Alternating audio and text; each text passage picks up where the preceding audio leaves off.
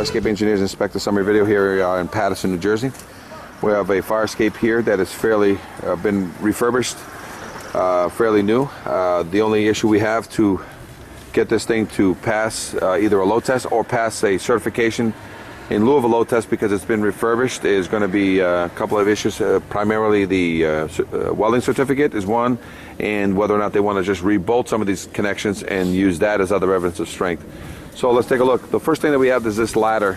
This ladder is supposed to be a sliding ladder. You can't have these flop out. They hit anybody down below. There's a liability, and it'll hurt or kill somebody should this ladder flop out. So this flop out ladder has been a modified version of things that have happened in the past that are illegal, but this thing will hurt or kill somebody. You can still have a little chain here as a protectant, but not necessarily needed.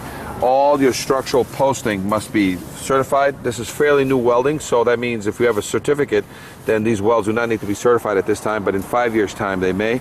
Otherwise, to eliminate the need, just bolt them. As soon as you put a bolt on these support posts, then you eliminate the need for verification or load testing. All these bars here are minor structural, so they just need to be visually verified that they're in good order, and they seem to be. They're brand new.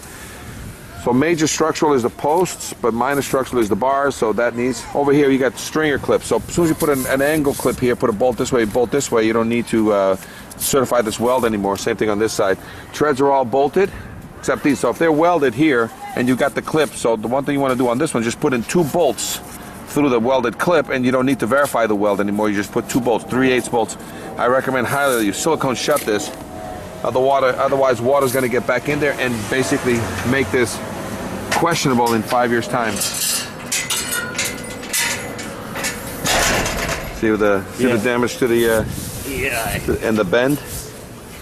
Okay, so now going back up. So you need a clip down below. So the fire escape must have a clip here and a clip there. Even though I see it, they're trying to do this. As soon as you pop a bolt through here, you might not need to do something here, but you definitely need to transfer the weight of this back to the frame over here, or put a clip over here with a bolt. All these treads are brand new bolted, so the treads are all good. I've got a I don't understand what's going on here. I think it's all one piece. I don't know. I think there was probably a problem back here and they sistered it, so that's in pretty good order. I would recommend highly silicone shutting all these connections so that the water doesn't get in there and make a problem. These are all new rails. Again, minor structural. Over here, this is a post, so as soon as you pop a bolt through here, I don't need to verify that weld here. Pop a bolt and secure that. The inside rail, a lot of times what we recommend is they put a molding up against the wall here that runs down, so that just the molding is what's going to go all the way down. This is kind of not a standard for that. Questionable weld here, but as soon as you put a clip in here and bolt here, bolt this way, you don't need to verify. All new construction, as soon as you put a bolt through here, you don't need to verify this weld. So simple stuff, you know, you can verify the connection that way. Fairly new construction here. Sometimes a simple underneath piece of flat like this with a bolt here and a bolt here now guarantees my corner. Simple piece of flat underneath here, bolt here and a bolt here, guarantees my corner. Again, the bars don't need to be verified. There's no load test needed. It is through bolted. I do have evidence that there's through bolting into the building. Down there is through bolted into the building. I did get a photograph of that, so that's pretty good. And it does need to be painted. The fire escape is all painted. This is galvanized, so this is a coating, but I recommend you paint that also.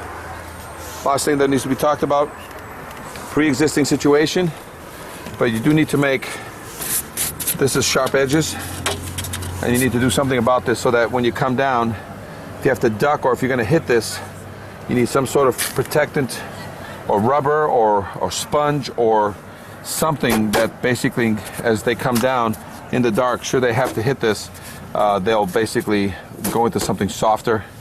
And I would highlight it in the color, maybe yellow or orange, to identify that there's a little bit of ducking that happened. But again, pre-existing structure was approved this way from prior.